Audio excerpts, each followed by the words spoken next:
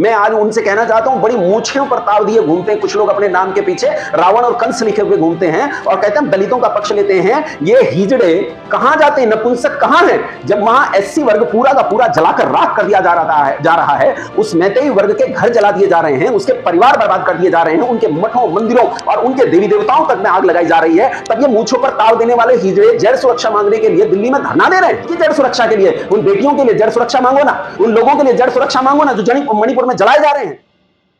नमस्ते मित्रों, मणिपुर में जो पिछले दिनों हिंसा हुई इस पर हमने कुछ चर्चा की थी, थोड़ी सी वहां की डेमोग्राफिक पोजीशन के बारे में चर्चा करी थी। नागा, कुकी और मैतेई जो समुदाय हैं उनके बारे में हमने चर्चा की थी। लेकिन आजकल इतने नैरेटिव निकाल दिए गए हैं वामपंथियों के द्वारा और इन कम्युनिस्ट के द्वारा या दूसरे जो समुदाय हैं उन समुदायों के द्वारा इतने नैरेटिव निकाल दिए गए हैं कि मणिपुर की वास्तविक स्थिति को आज इस समय समझना बहुत जरूरी है। लेकिन बंधुओं, मणिपुर की परिस्थिति को हम समझें उससे पहले हमें कुछ और परिस्थितियों को समझना पड़ेगा। अगर हमने कुछ और परिस्थितियां नहीं समझी तब हम बातें नहीं समझ पाएंगे। आइए इसे समझने का प्रयास करते हैं। पंजाब 2011 का सेंसस, 2011 में जनगणना हुई, पंजाब में भी हुई और पूरे देश भर में जनगणना हुई। अगर हम पंजाब की जनगणना की बात करें, पंजाब की हम बात करें, तो पंजाब में इस 2011 में ईसाइयों के धर्मांतरण के कारण कुछ बहुत तेज नतीजे हमें देखने को मिले, जिनमें से हम एक चीज देखते हैं कि वहां अंकुर नरूला नाम से एक ईसाई है जो बहुत बड़ी मात्रा में ईसाईकरण कर रहा है, धर्मांतरण कर रहा है। और इस व्यक्ति ने अंकुर नरूला चर्च पंजाब में, जालंधर में, और वो ईसाईकरण का काम बहुत बड़े क्षेत्र में वो कर रहा है। एक स्पिरिचुअल वेलफेयर सोसाइटी के नाम से एक फंड की उसने व्यवस्था की, जिसमें विदेश से लगभग 4.5 करोड़ रुपए 17-18 और 18-19 इन 2 वित्तीय वर्षों में आया है। 19 से 20 के वित्तीय वर्ष में इस धर्मांतरण में कितना पैसा आया है उसका भी आकलन नहीं है। उम्मीद है वो इससे 2 गुना पैसा होगा। आप इस बात को अच्छे से समझने का प्रयास करें कि यहां देश का जो डेमोग्राफिक सिचुएशन बदल रहा है, परसेंटेज बदल रहा है, जो जनसांख्यिकीय आंकड़े बदल रहे हैं, अलग अलग समुदायों के आंकड़ों में जो परिवर्तन और विचलन हो रहा है, वो केवल यहां की परिस्थितियों के कारण नहीं हो रहा है। बाहर से इसके लिए बहुत बड़े स्तर पर प्रयास किए जा रहे हैं और वो बड़े स्तर पर किए जा रहे प्रयास यहां के जनसांख्यिकीय समीकरणों को बदल रहे हैं। ये जनसांख्यिकीय समीकरण केवल पंजाब में नहीं बदल रहे हैं, पंजाब के अलावा भी बाहर बदल रहे हैं। अगर मैं पंजाब की बात करूं तो इमानुल मसीह नाम से वहां का जो एक ईसाई लीडर है, वो कहता है कि 2011 के सेंसस के बाद की बात कर रहा हूं, वो कहता है कि हमारी आबादी पंजाब की टोटल आबादी में 7 से 10% हो चुकी है। जहां पंजाब में 0% ईसाई थे, वहां आज पंजाब में 7 से 10% ईसाई पॉपुलेशन का वो दावा ठोक रहा है और कहता है सरकार ने अपने सेंसस में, अपने जनसंख्या गणना में केवल 1% ईसाइयों की चर्चा की है।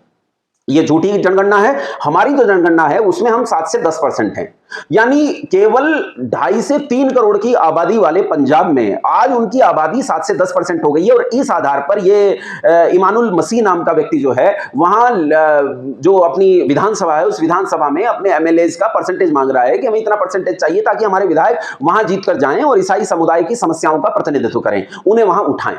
ये पंजाब के छोटे से शहर की मैंने बात की, और पूरे पंजाब की अगर आप बात करें तो पूरे पंजाब में आज इसे लेकर कि उनकी आबादी 7 से 10% हो चुकी है, भयानक तुष्टीकरण है। जितनी राजनीतिक पार्टियां हैं, राजनीतिक पार्टी को तो वोट चाहिए भाई, वोट चाहिए तो तुष्टीकरण करना पड़ेगा।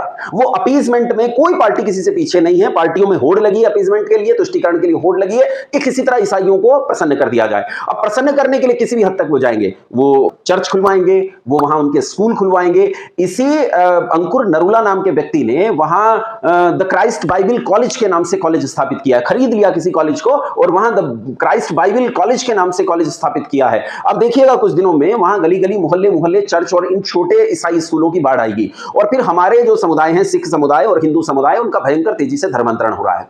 ये लोग जो 0% से बढ़कर आज 7 से 10% हुए हैं, ये कौन है?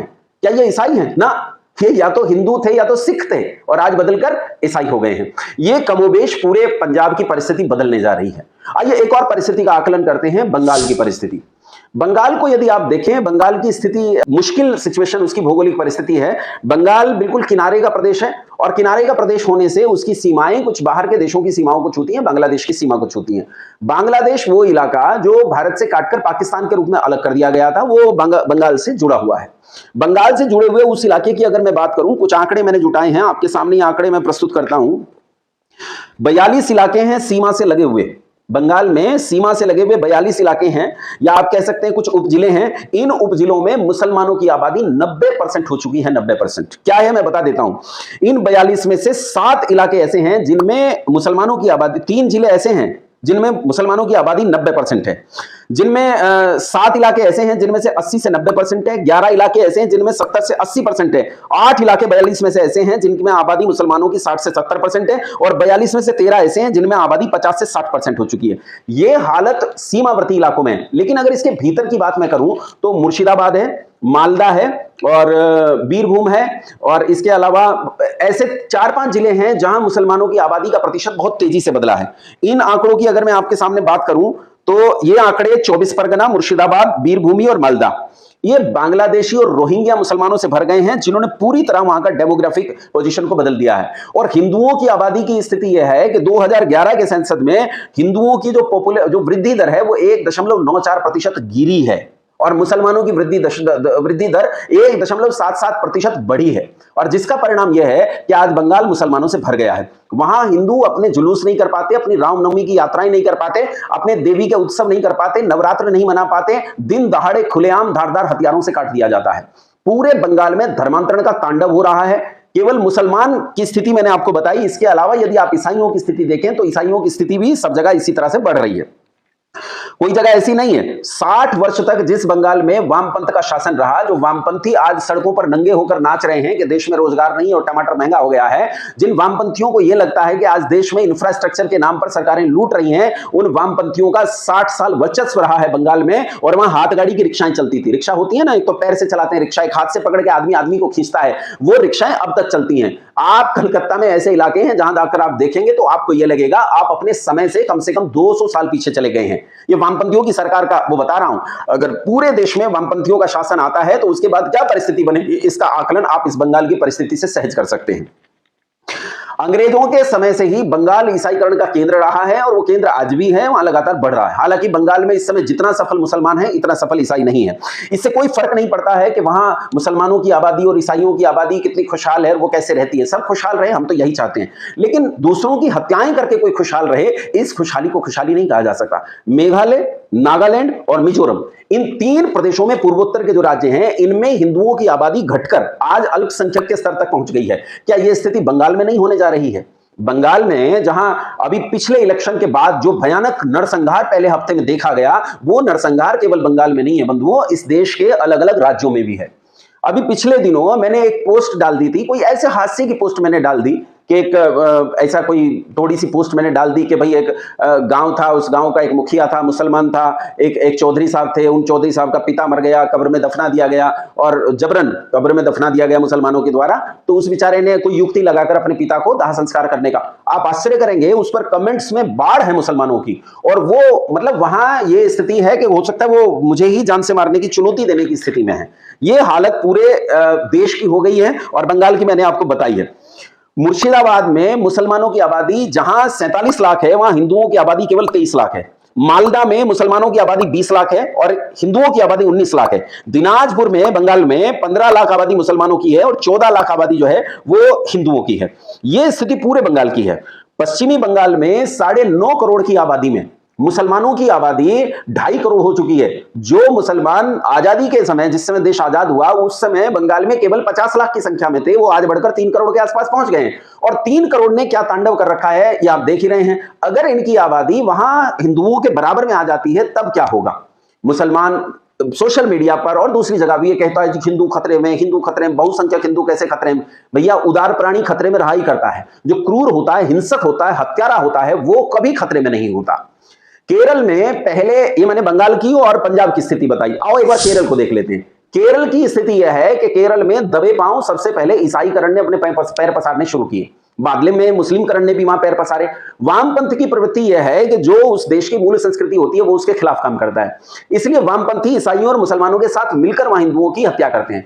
अभी भी केरल में, जो केरल आज से 300 साल पहले 100% हिंदुओं की आबादी वाला राज्य था, आज वहां हिंदुओं की आबादी घटकर केवल 53% रह गई है। केवल 53%, 25% के आसपास आबादी मुसलमानों की है और ईसाइयों की आबादी 18-19% के आस 20% से 1-8% नीचे है। ये मिलकर और इनके साथ वामपंथी मिलकर दिन दहाड़े खुलेआम हत्या करते हैं। फिर कहते हैं जी 50% हिंदू मुकाबला क्यों नहीं कर पाते। अरे भैया, हिंदू उदार प्राणी है, सहिष्णु है, तुम्हारे जैसे हत्यारों को सहन करता है, इसलिए वो ये नहीं कर पाता है। लेकिन मैं जो ये सुन रहे हैं ना, कई लोग अगर इस पर नीचे कमेंट करते हैं जिनके नाम में मोहम्मद लगा होता है, वो नीचे आकर कमेंट करते हैं और गाली गलौज करते हैं, कहते हैं क्यों लिख रहे हो ऐसी पोस्ट, क्यों आप ऐसी वीडियो बनाते हो। मैं तुम्हारे लिए लिख ही नहीं रहा हूं, मैं तुम्हारे लिए वीडियो बना ही नहीं रहा हूं। मैं जिनके लिए वीडियो बना रहा हूं उन्हें देखने दो, तुम वही देखो जो तुम्हें देखना है। तुम 72 हूरे देखो, तुम जाओ जन्नत में, तुम करो कत्लो आम। दुनिया को गांधीवाद का पाठ पढ़ाने वाले आज ये लोग बन बैठे हैं। आज जितना वामपंथी धड़ा है जिसमें मुसलमान, ईसाई और कम्युनिस्ट हैं, ये लोग आज दुनिया को अहिंसा का पाठ पढ़ा रहे हैं। वो कम्युनिज्म जिसने पूरी दुनिया में सबसे बड़ा कत्लो गायत मचाया, सबसे ज्यादा खून बहाया, वो मुसलमान जिनमें Genghis Khan, Taimur lung, Babar, Akbar जैसे नीच मलेच्छ हत्यारे पैदा हुए, वो लोग आज दुनिया को गांधीवाद का पाठ पढ़ाते हैं। अगर गांधी जी के विषय में मैं कुछ कह दूं तो वैसे उबल पड़ता, मान लो गांधी तो सीधा इनका दादा हो, इनका रक्त संबंध गांधी से हो, ये अहिंसा का पाठ पढ़ाते हैं। लेकिन मैं आपको ये 3 राज्यों की स्थिति बताई है, इन 3 राज्यों के अलावा आपको बताता हूं, बिहार, उड़ीसा, झारखंड, छत्तीसगढ़, मध्य प्रदेश, ये ईसाईकरण की चपेट में है। और पूर्वोत्तर का पूरा इलाका ईसाईकरण की चपेट में है। असम, त्रिपुरा, मिजोरम, नागालैंड, मेघालय, मणिपुर और ये सारा का सारा इलाका जो पूर्वोत्तर का इलाका है, 8-10 प्रदेश जितने हैं, इन सब प्रदेशों में ईसाईकरण अपने चरम पर है। अब मणिपुर की स्थिति पर आते हैं।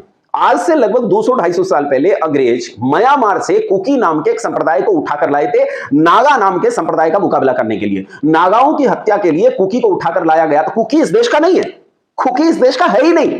कुकी को म्यांमार से उठाकर लाया गया था और यहां आकर कुकी और नागा की भयंकर भिड़ंत रही। ये जो अभी रिसेंटली झगड़ा हुआ है मैतेई के साथ, इस मैतेई के झगड़े में नागा और कुकी इकट्ठे हो गए हैं और वो इकट्ठे होकर मैतेई के साथ झगड़ रहे हैं।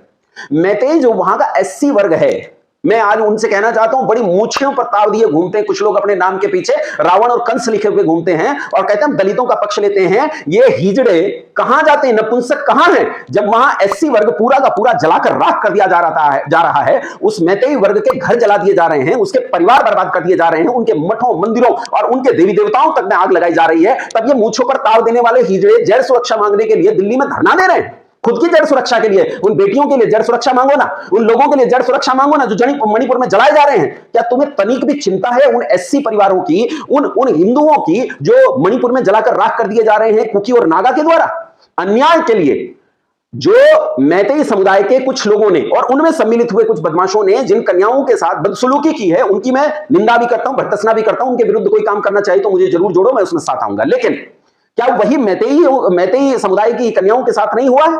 मैं आज सारे देश से एक बात कहना चाहता हूं कि राजनीतिक झगड़े अपनी जगह और ऐसी विभत्स घटनाएं जो 2 लड़कियों के साथ घटी है, ये एक जगह, इन्हें तनिक एक बार हटा दो। लेकिन मिलकर खड़े हो उन मैतेई के लिए। अगर आज तुम उन मैतेई के लिए मिलकर खड़े नहीं हुए तो ये हमारी असफलता होगी, हमारी एकता का भयानक विभाजन होगा और ये विघटन हमें पूरे देश में देखने को मिलेगा। केवल मणिपुर नहीं जल रहा है, पूरा देश जल रहा है। आज मणिपुर का उदाहरण कल पूरे देश के लिए उदाहरण बनेगा। उम्मीद करता हूं धर्मांतरण के कारण इस देश में क्या भयानक परिस्थिति चल रही है वो आपको समझ में आई होगी। बहुत धन्यवाद, आप सभी को सादर प्रणाम।